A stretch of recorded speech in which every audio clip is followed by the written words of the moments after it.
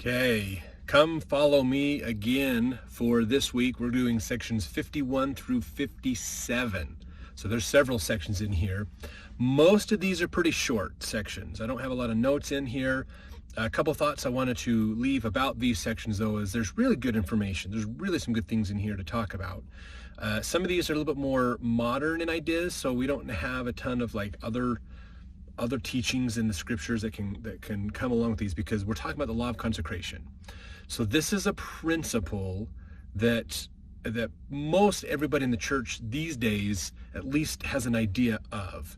In the temple, we are asked to accept that law of consecration as it is written in the scriptures. There's not a tremendous amount of opportunity to see it being used in the scriptures. There are several places where it has been used. They talk about in 3rd Nephi, after the Savior came, that everybody had everything in common. And that kind of goes back to the sin the world lied in that we talk about in section 49 of the people unequally enjoying the benefits of this world.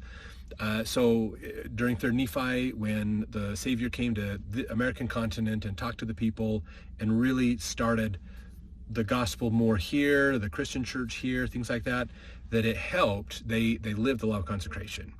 There's bits and pieces of it through Old Testament, not a ton, but there are some bits and pieces here and there that we hear about. It's just not a super common one.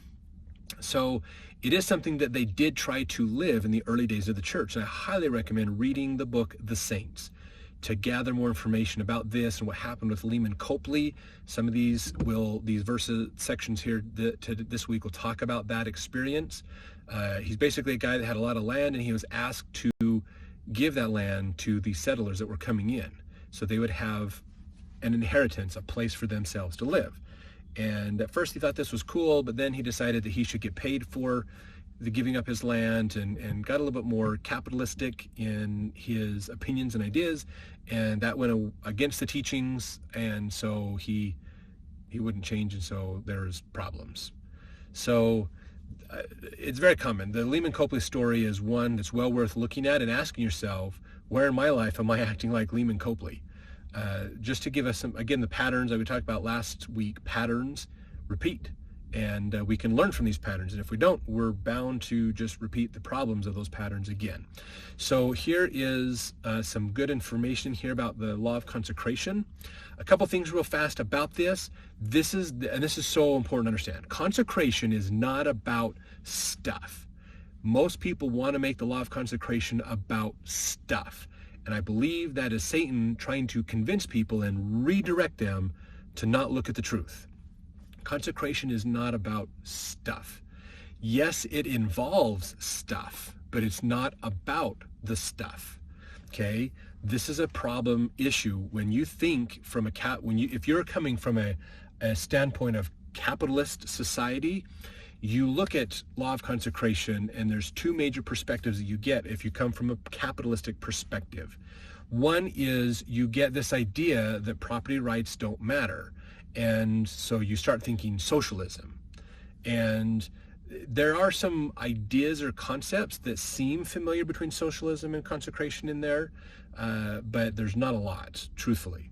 The other thing they start looking at is realizing that I'm taking my stuff that I worked hard for, and I am getting rid of it. And so I feel like I'm not getting the value for me. So, and again, people worry about this. Oh, I can't give up my stuff. I've heard people literally say that. They literally said, I'm glad we don't live consecration today because I don't know if I could give up my stuff. And so this is a problem. Now, here's what's fascinating when you think about the law of consecration. If you go back to, I believe it's when Alma was contending. I can't remember if it was Zeezrom he was contending with, or if it was one of the Antichrist groups. I don't remember. Anyways, back then, if you look, there were 4 things that he talked about that were philosophies. 2 of them were liberal philosophies, 2 of them were conservative philosophies, at least what we would call them today. One of those philosophies that he was touting that Alma said was not true was the idea that an individual should work and benefit from the work that they do. Meaning, if I work harder than you, I should get more than you. And that's not what the law of consecration is about. That's not really what it's about. That's capitalistic society, okay? More of a conservative idea. So here's the thing that's important to think about with this concept of the law of consecration. This is getting into that all things equal between us, okay? Two things are important to look at. One is equal, or getting your needs met, is what the equal means, okay? Equal doesn't mean we all have the same size house, we all have the same number of pets, the same number of cars, or things like that. Equal means we have our needs met.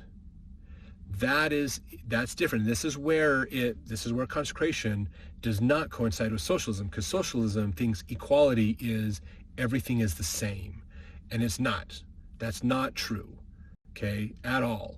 If everything was the same, we would literally have a heaven and a hell and nothing else. But because it's not, because there's different needs that people have, we have a plan of salvation that accommodates for those different needs with 4 different locations for the end result of this world.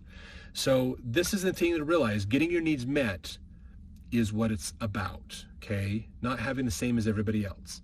It's your needs, okay? It's not focusing on the stuff. It's focusing on the needs of the people. Some people need more than others. If you are single, you're obviously going to need a lot less than somebody who's married and has, 5 or 6 kids.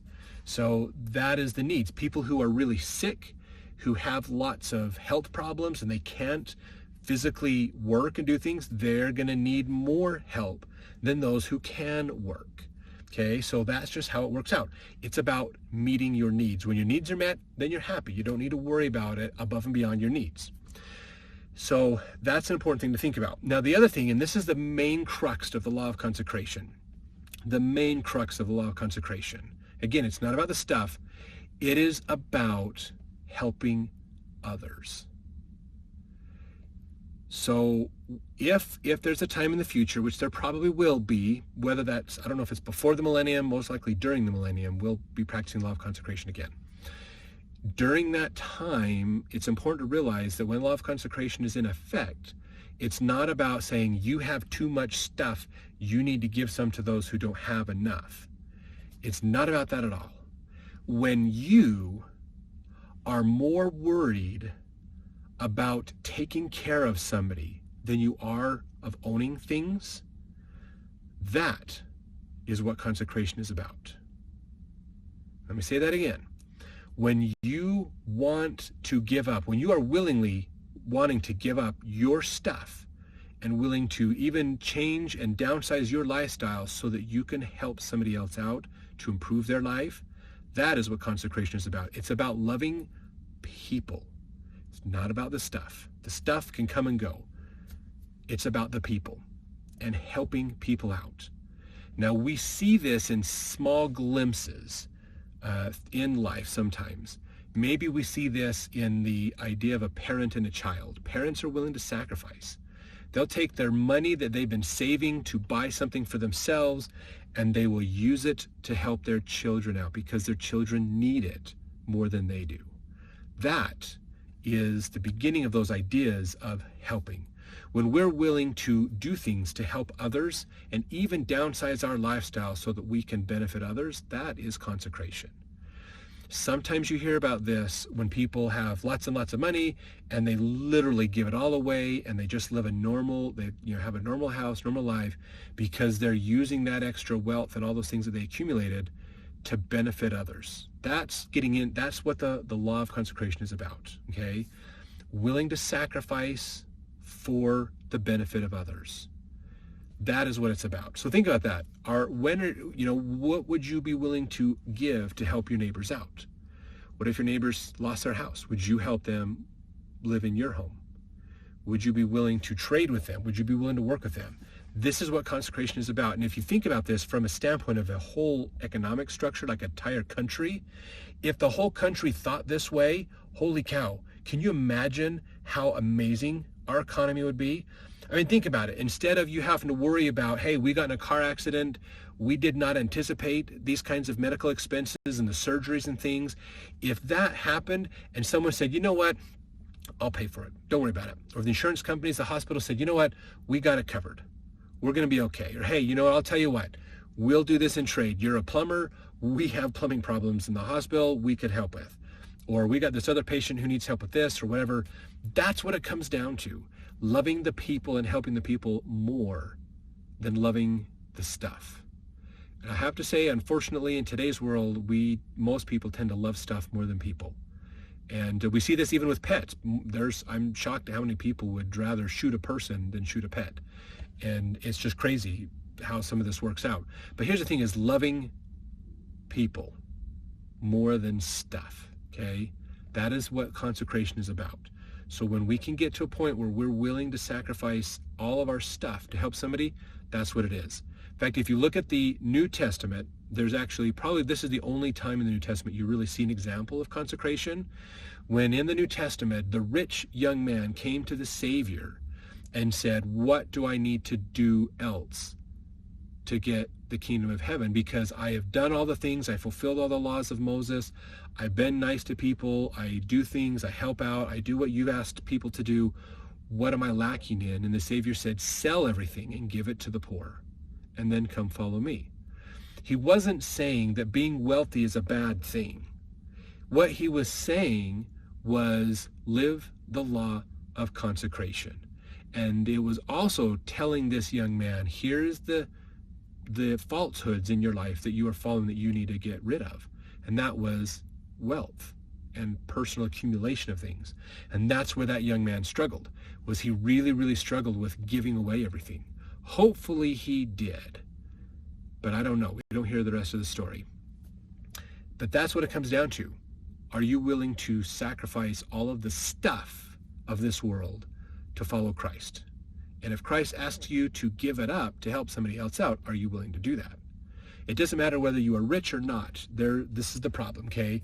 We know the scriptures tell us it's the love of money that is the root of all wickedness, not money. Money's not the root of all wickedness. Money's just a resource, just like water. It's just a resource. It's the love of money, okay? That exists in our brain, and that is what is the problem with why we don't have a law of consecration around. So when we can change that ourselves and be willing to give that up and realize that the human, the person, the child of God is more important than the stuff, that is law of consecration. So think about that in your life and how can you apply that better and live more of a more consecrated life is great, because all of that goes back to helping us to prepare to be a Zion society. If we want to live in Zion, we want to be a society, not just have the location of Zion, aka the New Jerusalem, and then the other Zion from Enoch comes down out of heaven and they join together, which is great. It's not just a physical Zion, but a Zion inside of us, a Zion for us. That's what the law of consecration is about. And that's what the whole gospel is about, preparing us to live with God again. And that's part of it. Learning how to get rid of the love of stuff and love the people more. So that's really what it's all about. So leave your comments, what you think about the law of consecration or other things like that with the scriptures. If you have notes in your scriptures around these sections, it'd be great to share them so other people can read those and collaborate.